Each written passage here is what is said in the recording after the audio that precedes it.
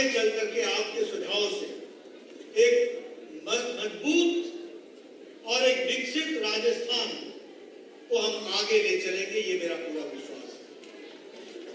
मैं यहाँ ये भी आपको बताना चाहता हूं कि संकल्प पत्र का अर्थ क्या है, और मैं चाहूंगा कि हमारे कार्यकर्ता इस बात को समझ लें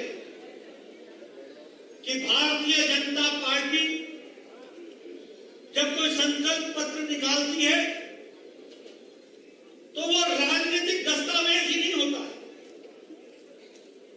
वो राजनीतिक दस्तावेज की तरीके से पार्टी के कार्यालय में पड़ा हुआ एक दस्तावेज के रूप में ही नहीं होता है। वह हमारा आगे कार्य करने का लक्ष्य होता है जिसको हम पूरा करें। मित्रों, प्रधानमंत्री मोदी जी ने राजनीति की संस्कृति बदल दी। एक समय था, लंबे समय तक कांग्रेस पार्टी ने राज किया, और वो राज कैसा था? वायदे करो, बेवफा हो जाओ, भूल जाओ, जनता को नए लुभावने वाले नारे लेकर के अगले चुनाव में खड़े हो। यही संस्कृति थी। मुझे याद है, मैं लंबे समय तक एमएलए रहा, और उससे पहले का मुझे याद है, हमारे यहां जब चुनाव होता था तो कांग्रेस पार्टी के नेता चुनाव से पहले जंगलों में चूना लगवाते थे और जनता को बताते थे कि यहां से निकलेगी सड़क, यहां से निकलेगी सड़क, और जनता भी बेचारी भोली भाली गुमराह हो जाती थी, और वो इस आशा में रहती थी कि सड़क बनेगी। चुनाव समाप्त होता था, जनता को चूना लग जाता था, और लोग त्रस्त हो जाते। मैं जो आपसे बातें कर रहा हूं वो जमीन पर घटी हुई बातें कर रहा हूं।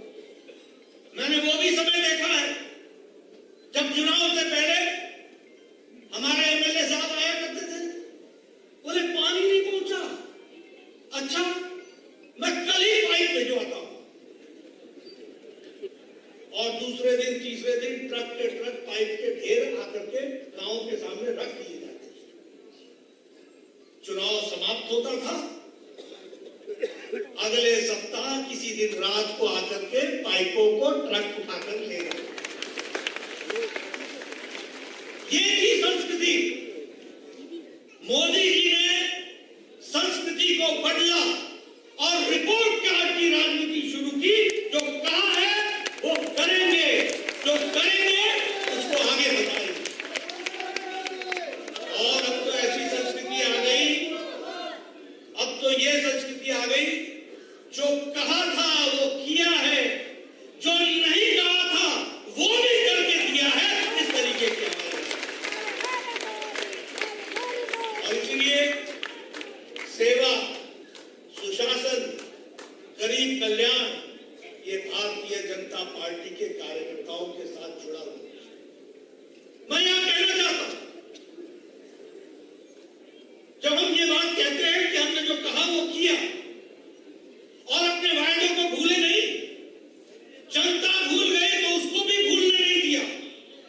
अगर हमने 52 दिसंबर में कहा कि जम्मू कश्मीर भारत का अभिन्न अंग है, 370 हटेगा, तो हम एक के बाद एक चुनाव लड़ते गए, और जिस दिन संख्या हमारी हो गई उस दिन धारा 370 को मोदी जी की इच्छा शक्ति ने और अमित शाह की रणनीति ने धाराशाही कर दिया।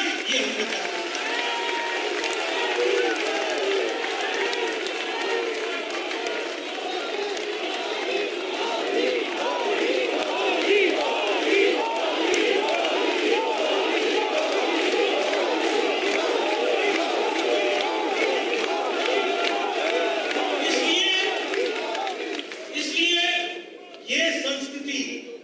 जो कहा वो किया, ये संस्कृति का दावेदार कोई और नहीं है।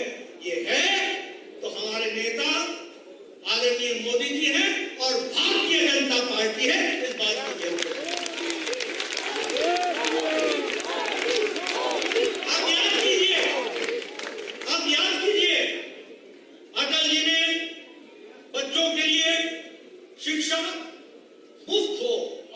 सबको शिक्षा मिले, ये 2001 में करके दिया। अब याद कीजिए, हम जनसंघ के दिनों में बोलते थे कि भारत को आणविक शक्ति बनना चाहिए। लोग हमारा मजाक उड़ाते थे, खिल्ली उड़ाते थे, एटम बम बनाएंगे। ये जनसंघ एटम आणविक शक्ति, हमारा मजाक उड़ाते थे, खिल्ली उड़ाते थे। 1978 की दोपहरिया को मई महीने में भारत रत्न अटल बिहारी वाजपेयी अपने घर से बाहर निकलते हैं और दुनिया को बताते हैं कि भारत आणविक शक्ति बन चुका है। ये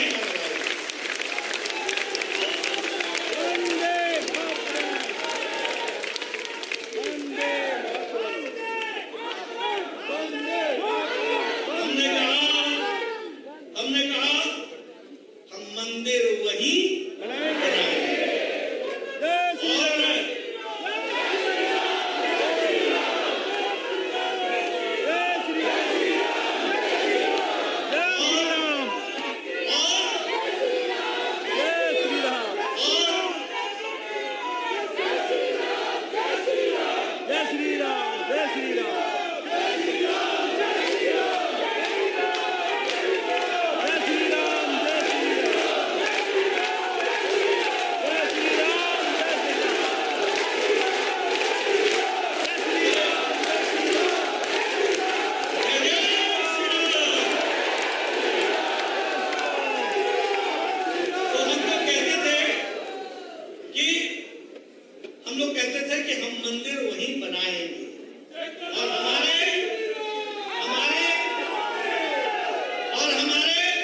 विरोधी हमसे पूछते थे तिथि कब बताएंगे, और अब हम बोलते हैं कि जनवरी में उद्घाटन में आप जरूर आएंगे।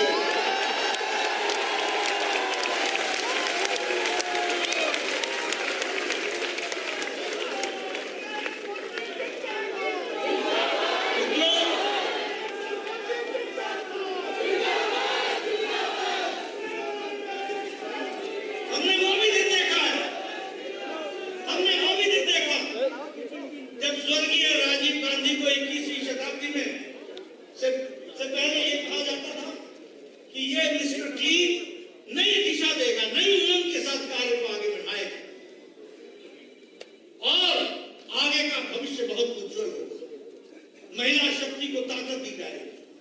हमने उनके नेतृत्व में शाहबानो केस भी देखा, लेकिन ये नरेंद्र मोदी जी हमारे प्रधानमंत्री रहे जिन्होंने भारत की मुस्लिम महिलाओं को, बहनों को, माताओं को 3 तलाक से निजात दिला दी। इस कार्य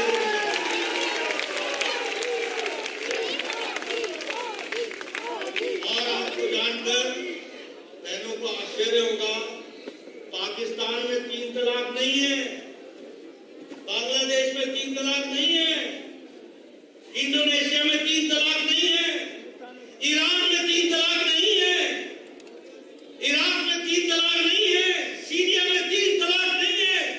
ये हमारे ही देश में 3 तलाक चल रहा था, जिसको समाप्त किया और मुस्लिम बहनों को, माताओं को, बहनों को आजादी दिलाई, तो प्रधानमंत्री मोदी जी ने दिलाई है। इसलिए हमारे लिए ये मैनिफेस्टो, ये आंकड़ों, राजस्थान का ये संकल्प, आपके सुझाव, जिसको हम समेट करके आगे चलेंगे, ये आप सब लोग राजनीति के सीरियस कार्यकर्ता हैं। आप याद रखिए कि भारतीय जनता पार्टी के लिए आने वाला 5 साल का दस्तावेज हमारे कार्य को रूप देने वाला है। इसको मैं यहाँ ये भी कहना चाहूंगा कि उनका मकसद है लूट, उनका मकसद है सरकार में आओ और लूटो, भ्रष्टाचार करो, भाई को भाई से लड़ो, और जो तुष्टीकरण कर सकता है उसको वो तुष्टीकरण को आगे बढ़ाओ। ये उनका उद्देश्य है। लेकिन हमारा उद्देश्य प्रधानमंत्री मोदी जी के नेतृत्व में गांव, गरीब, वंचित, पीड़ित, शोषित, दलित, महिला, युवा, किसान, ताकत देने का है और इनको मजबूती दिलाने का।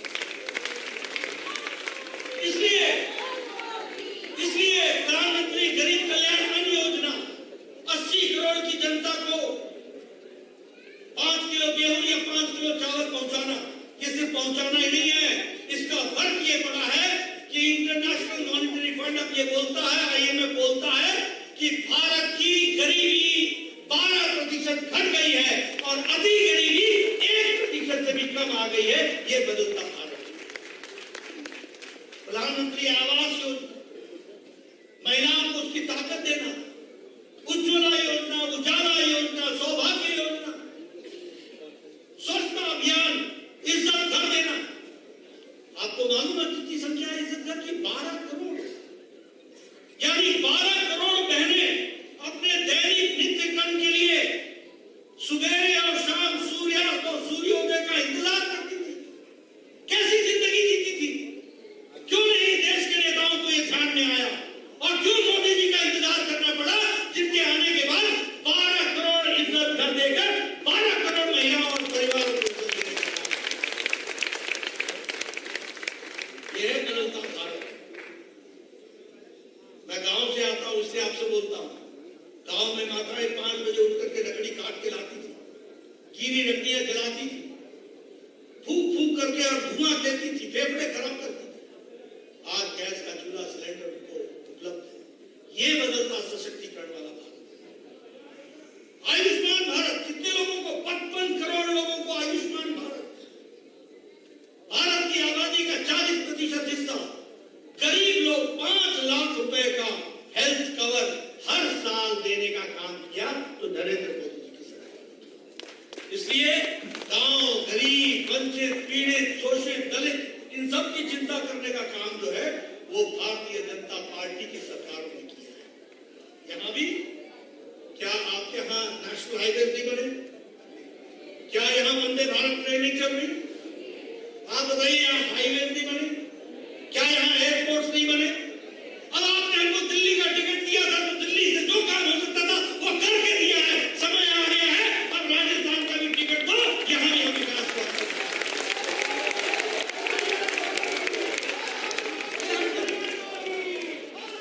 हमने हर दृष्टि से, विकास की दृष्टि से, हर एक दृष्टि से हर काम को आगे बढ़ाने का काम किया है। लेकिन अभी मैं रास्ते में आकर के देख रहा 2030 तो मैंने कहा कि गिनती भूल गई क्या? 2030 के पहले 2023 आता है। अरे पहला पड़ाव तो पार करो।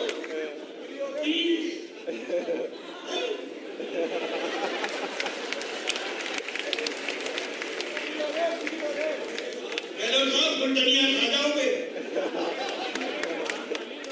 ये ऐसे होता है तो गुंडनिया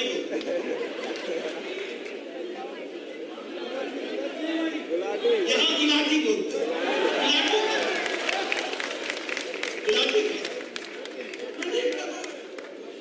अब देखिए बड़ी इंटरेस्टिंग बात, 5 साल तो आप लगे रहे, सचिन कहाँ जाता है, क्या करता है, कौन है उसके साथ, आपस में खींचा तानी, खींचा तानी, खींचा तानी, 5 साल गुजार दिए। मैं सही बोल रहा हूँ नहीं बोल रहा हूँ? सही बोल रहा हूँ नहीं बोल रहा हूँ? 5 साल गुजार दिए खींचा तानी और अपने तरफ MLA खींचने के लिए इनको दी हर तरीके की छूट और उन्होंने मचाई हर किस्म की लूट। मैं सही बोल रहा हूँ कि नहीं बोल रहा हूँ? सही बोल रहा हूँ कि नहीं बोल रहा हूँ? अब इनको घर बैठाओ और भारतीय जनता पार्टी को काम दो ताकि वो काम करके आगे बढ़े और भारतीय जनता पार्टी भ्रष्टाचार नए रिकॉर्ड। मुझे बताया गया कि किसी सरकारी दफ्तर से सोने के ईंटें भी देखो लक्ष्मी जी भी कहाँ विराजमान। अगर नीयत इतनी माड़ी हो तो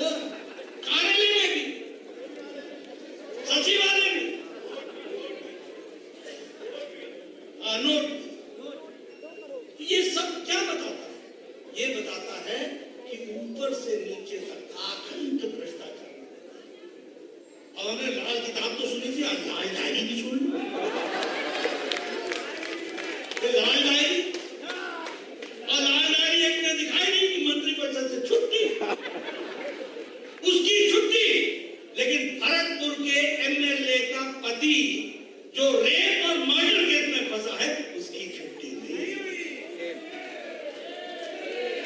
ये बताता है कि भ्रष्टाचार से समझौता और तुष्टीकरण से नाता, यह है गहलोत साहब। यह है हाथी के दांत दिखाने के और खाने के और, यह है खरियाली आंसू बहाने का तरीका। ऐसी सरकार को रहने देना है क्या? रहने देना है क्या? मित्रों, मैं इसलिए आपको बोल रहा हूं कि जिस तरीके से गहलोत सरकार ने काम किया है वो हम सब के सामने है। घोषणा पत्र में जो बातें कही, अभी वसुंधरा जी ने बहुत अच्छे तरीके से बताया, 1 2 3 10 तक गिनती की। अब वो तो आएंगे नहीं, अब उनको छोड़ो, उनकी बहन वैसे तो कहीं भी कोई महिला उत्पीड़न हो जाए तो दौड़ के सुबह पहुंच जाती है, लेकिन राजस्थान आना हो तो रणथंभौर जाते हैं, तब नहीं याद आता, जहां महिला उत्पीड़न याद नहीं आता। ये राजनीति के दोहरे मापदंड, ये राजनीति के दोहरे चेहरे। राजस्थान की जनता भोली जरूर है लेकिन समझदार है।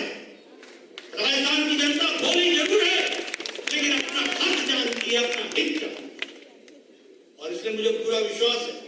अब मैं आपके सामने ये कौन सी बातों को रखूं? अगर मैं उत्पीड़न की बात करूं, आज पिछले 6 महीने 3406 रेप केस, 300 अगर मैं बात करूं प्रतापगढ़ में उस आदिवासी महिला को निर्वस्त्र करके और उसके साथ जिस तरीके का सलूक हुआ वो हम सबको मालूम। अलवर में 16 साल की बच्ची नाबालिग, उसके साथ गैंग रेप हुआ। भीलवाड़ा में बच्ची को के साथ रेप हुआ, बाद में उसको भट्टी में जला दिया गया। क्या है ये? आप बताइए, राजस्थान की संस्कृति है क्या? राजस्थान को बदनाम कौन कर रहा है? अशोक गहलोत की करतूतें कर, अशोक गहलोत की करतूतें कर। बताइए, ऐसे लोगों को रहने देना है कुर्सी पर क्या? रहने देना है क्या? रहने देना है क्या? रहने देना है क्या? मित्रों, मैं इसलिए आपको बोल रहा हूं,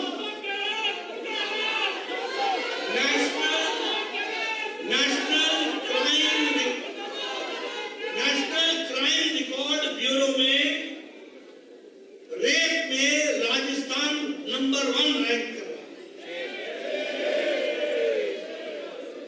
54 मंथ्स में, 54 महीनों में 10 लाख केसेस हुए, 10 लाख केसेस। ह्यूमन ट्रैफिकिंग में महिलाओं को ह्यूमन ट्रैफिकिंग में राजस्थान सबसे ज्यादा संख्या है। और उसी तरीके से अगर हम देखें तो यहां महिलाओं के साथ तो जो हो रहा है तो हो ही रहा है। यहां शहीद पुलवामा की विधवा बहनों के साथ भी जिस तरीके का सलूक हुआ वह भी हमने देखा। अगर मैं तुष्टीकरण की बात करूं तो रामनवमी के तर्ज पर लाउडस्पीकर को रोक दो, नहीं बजने दो, रामद्वारे को तोड़ दो और दूसरों के साथ तुष्टीकरण करो। कन्हैया जैसी घटनाएं हो जाती है, ये हिम्मत होती है। बोलिए, ऐसी सरकार को रहने देना है क्या जिसमें इस तरह की घटना हो? तो मैं इसलिए आपको बताना चाहता हूं, ये आंकड़ों राजस्थान, इसको आंकड़ों ने ठीक करना है, हम लोगों ने ठीक करना है, इसको रास्ते पर लाना है। हम भारतीय जनता पार्टी के कार्यकर्ता, हम एनडीए के सिपाही, हमारा उद्देश्य होना चाहिए कि हम राजस्थान को बदलेंगे। अभी मैं वसुंधरा से पूछ रहा था, आपके जमाने में इन्वेस्टमेंट के लिए कितनी कमिटमेंट हुई थी? बोला 1,30,000 करोड़। मैंने कहा लगा कितना था? बोले 3 साल में 73,000 करोड़। मैंने कहा गहलोत के जमाने में? बोले इंडस्ट्रीज तो आया ही नहीं, आ गया, और आया भी तो मीठी मीठी बातें करके चला। आप इस तरीके से राजस्थान चलने देंगे क्या? चलने देना है क्या? इसलिए मित्रों, मैं आपको सिर्फ यही बताने आया हूं, यह कोई दस्तावेज नहीं रहने वाला है। आपका सुझाव, हमारा संकल्प, यह हमारी अगली 5 साल की यात्रा का संकल्प बनने वाला है और उसको हम आगे बढ़ाएंगे।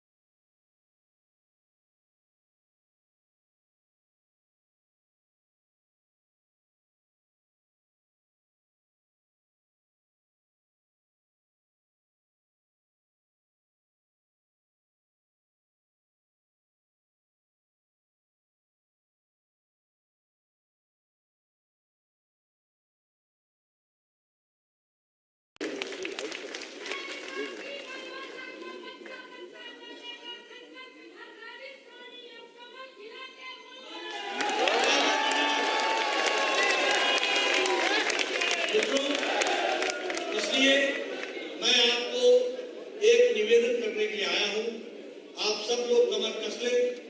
हम एक सीरियस राजनीतिक कार्यकर्ता हैं, हमसे लोगों की आशाएं, लाखों करोड़ों लोगों को दृष्टि दिशा को हमको साकार करना ये हमारा कर्तव्य है और इसलिए हमारे कंधों पर बहुत बड़ी जिम्मेवारी है।